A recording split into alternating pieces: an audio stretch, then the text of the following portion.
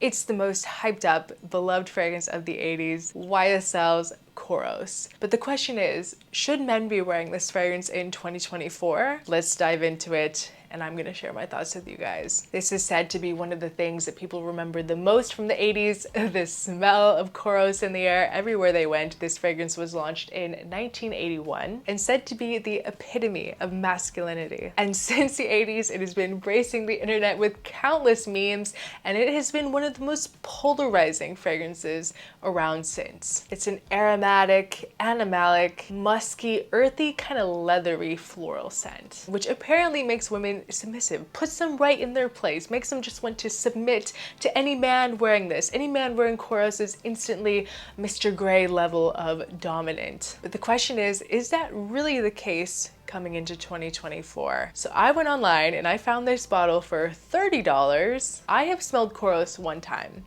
It was about a year and a half ago when I first started my channel, and I have not smelled it since. I'm excited to smell it again, to revisit it and see if my thoughts have changed, because I absolutely hated it the first time that I smelled it. And it turns out, I checked the batch on this. This is a 2012 batch, guys. This is some technically vintage stuff in here. So I have to brace myself for some skanky, pissy florals. Same perfumer as Green Irish Tweed, Davidoff Cool Water, Pierre Bourdon. People either hate this stuff or they love it, or at least they just respect it. So I just want to give you guys a little bit of a note breakdown. These 80s fragrances, I swear, have the longest note breakdowns. It's kind of like they just decided to go out and find as many different ingredients as they could, throw it in there, and just create this very muddled mess. To give you a little bit of an idea, this has coriander, it has clary sage, artemisia, and patchouli. Oh, here we go. With carnation, geranium, vetiver, and cinnamon. I know that whenever there's a cinnamon note listed in an 80s fragrance, it's like, ooh, I should be scared. Orris root, lavender, civet, honey, leather, musk, oak moss, amber, vanilla, and tonka bean. And I'm gonna do something that I really can't believe I'm actually going to say this, but I'm going to spray it on my skin as well, just to see. That's, oh, half a spray. That's all you guys are gonna get, half a spray. So to be fair, this smells like someone drank a pitcher of lemonade and they're just pissing lemonade, if that makes sense. Or they pissed in the pitcher of lemonade. A very dirty bergamot with this very kind of spicy, indolic, headache-inducing jasmine. It does have a bit of this kind of like powderiness. It comes from that lavender. It is very pissy, very distinguishable, and I don't know.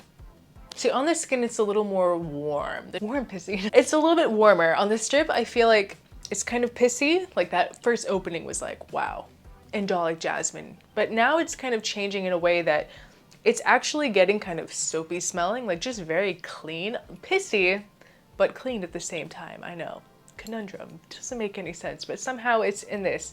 And on the skin, it does have that kind of soapy angle, but it's a little bit warmer. And I don't know if it's just like I'm maturing, I'm getting older, my nose is getting better or more refined or whatever, but for some reason, I don't hate this as much as I did when I smelled it before. Like, I don't like it, but I'm not getting quite as strong of a like adverse reaction like I did the first time that I've smelled it, or any of the other 80s fragrance powerhouses that I have in my collection where I smelled it and I was like, oh, get away from me. It's not like that. Doesn't smell horrendous, I'll say that. Definitely a strong civet note. The civet is a little nasty, but I'd say more than the civet, it's just more of a very indolic jasmine, pissy jasmine. It's offensive, it's skanky, it's lewd. It gets more and more powdery as it dries. It's so polarizing, but I can see, like, in a way, there is something a little sexy about it. I cannot believe I'm saying that. There's something a little bit sexy about KOUROS. It's even better on the skin, but I just have to reiterate that warm pissiness is there. You can't escape it. It smells like an 80s powerhouse. It's like lavender, orris, and piss. And jasmine on top of that. I can't believe it that I'm saying that I actually don't hate it. I really don't. I really feel like the ultimate test for me is going to be to smell this on a man and just see my reaction then. I need to not know that the man has sprayed KOUROS. Like, it has to be a total blind smell to get my honest reaction. And then I will get back to you on my updated thoughts. The fact is that 99.99999% of women today are not going to appreciate this. I actually have a funny story. When I was coming back from, I think Dubai. I think it was Dubai. But I was in the duty free and this guy comes up to me. I was smelling some men's designer fragrances and this guy, this like Italian guy, older Italian, middle-aged Italian guy comes up and he just grabs KOUROS off the shelf and he just sprays like 5 times his body. And he's like, oh, I gotta go, my flight's leaving. It's like, that is some like baller moves. Like, that is just not right. That should be illegal, spraying 5 sprays of KOUROS before you hop on an airplane with other people. It's like, that should be like a felony, basically. But like I was saying, any woman under the age of like 40 today is going to hate this. They're not going to appreciate it. I can only halfway appreciate it, honestly. Like I said, I need to smell it on a man, on a man's skin. The fact is that it's a very dirty, andolic, animalic, kind of pissy floral scent. People are either going to mistake you for a homeless person or they're going to think that you should be in a retirement home, somewhere in between there.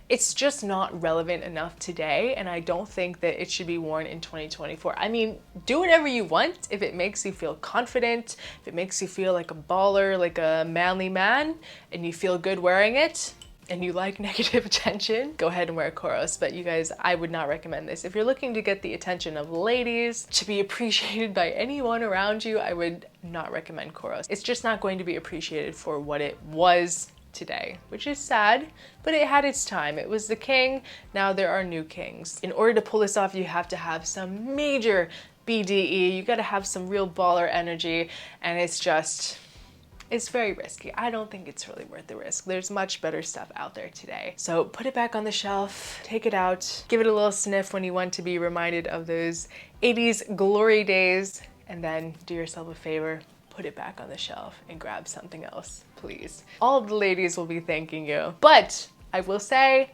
there's something sexy about it. I'm not going to deny it. I can see the appeal of it. It is very masculine, very manly, but once again, I don't think a lot of people will be able to appreciate it. So guys, that is my opinions on KOUROS in 2024. Should it be worn? I think no. Definitely try to find something new, a little more modern, a little less skanky, a little less pissy. I think will get you better results that you're looking for. But of course, wear anything that makes you feel confident. So guys, thank you so much for watching. Leave a comment below. What do you think about KOUROS? Will you be rocking it in 2024? I would love to know. Thank you guys so much for watching, and I'll see you guys next time. Bye.